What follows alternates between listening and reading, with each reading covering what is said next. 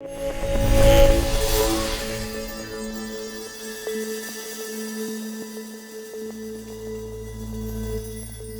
what's up everybody? This is Doug.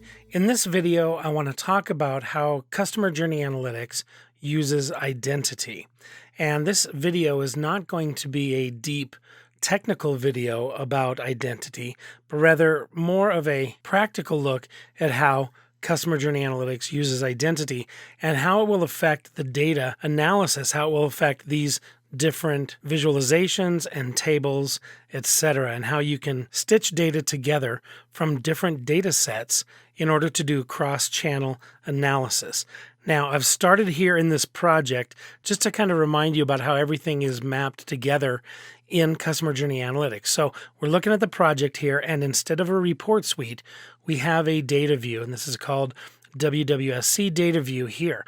So if we go to our data views, and we look for that one, there it is, and we can find that, and we click into that, and we can see that this is using the connection, WWSC test connection. So we go to our connections and find that one, and we can click into that connection, and we can see the data sets that are used from the platform and brought into Customer Journey Analytics in order to tie this data together in our project and in our visualizations.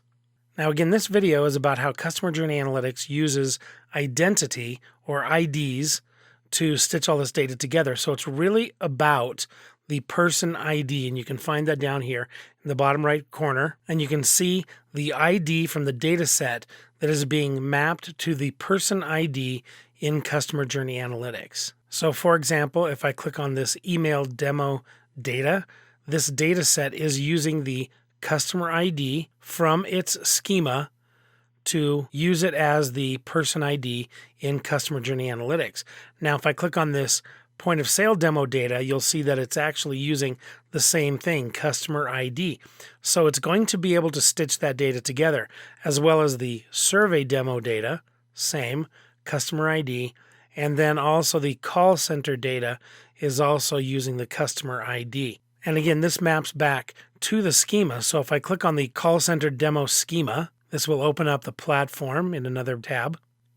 And we look at this object, and we can see that this customer ID has been identified as an identifier. So if I click on it and scroll down over here on the right, it has been marked as identity. In fact, the primary identity or default identity.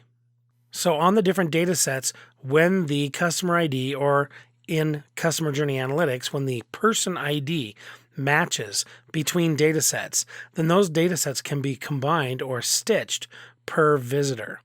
Now there's one more thing here that is very interesting, and that is the analytics demo data. It is using a differently named ID, stitched ID, as the person ID. Now normally you would think, well, that's a different ID, so we're not going to be able to stitch this data together.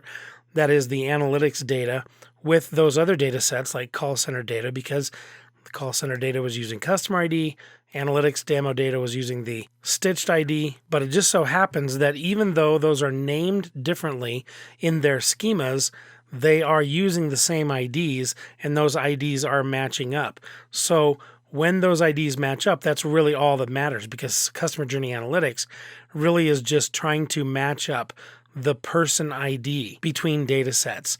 So the fact that it came from a differently named field in the schema doesn't really matter. And we're going to be able to see how all that data is mapped together in the project and in the different reports. Now, before I leave here, I will point out that there are a couple of data sets that do not use the same person ID, and they're different IDs completely. So the CRM demo data, or the CRM data demo, I guess, is using a user ID, and the ad impression demo data is using ad cookie ID, and those don't match. And so even though they can be used in the same reports, they can be used in the same project and even in the same visualizations, they are not going to be able to stitch together the visitors between those data sets. Okay, enough said about that. Let's jump back to the project.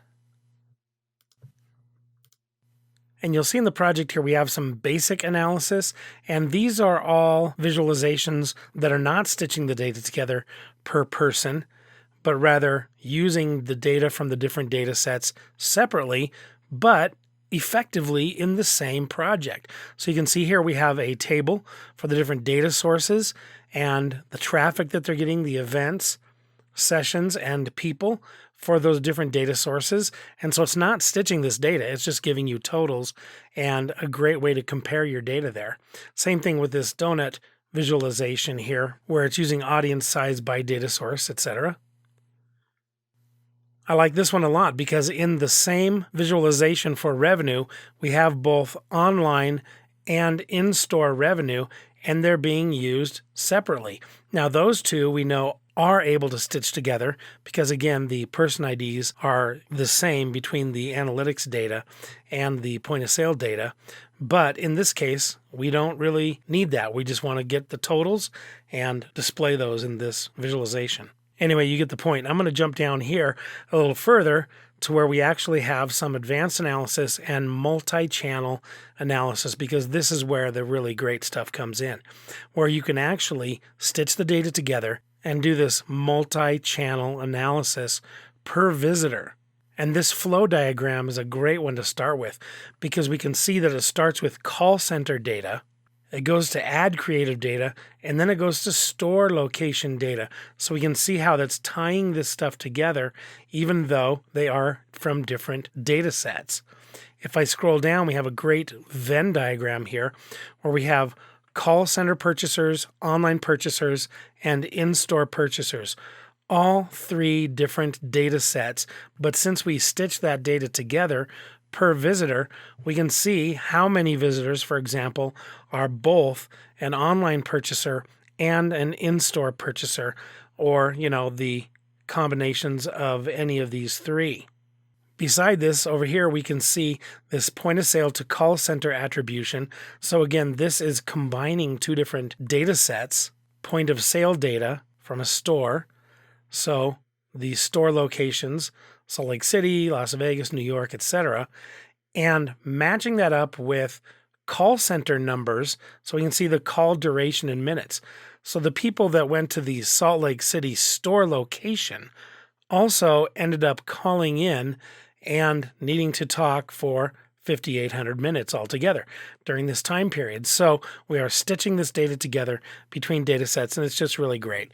And I don't mean to, beat the dead horse here, but this is just amazing stuff that we can do with customer journey analytics. And again, this is all based on the person ID and matching up those different identifiers so that we can stitch that data together and have these wonderful visualizations from Analysis Workspace right at our fingertips to do this cross-channel analysis. Good luck.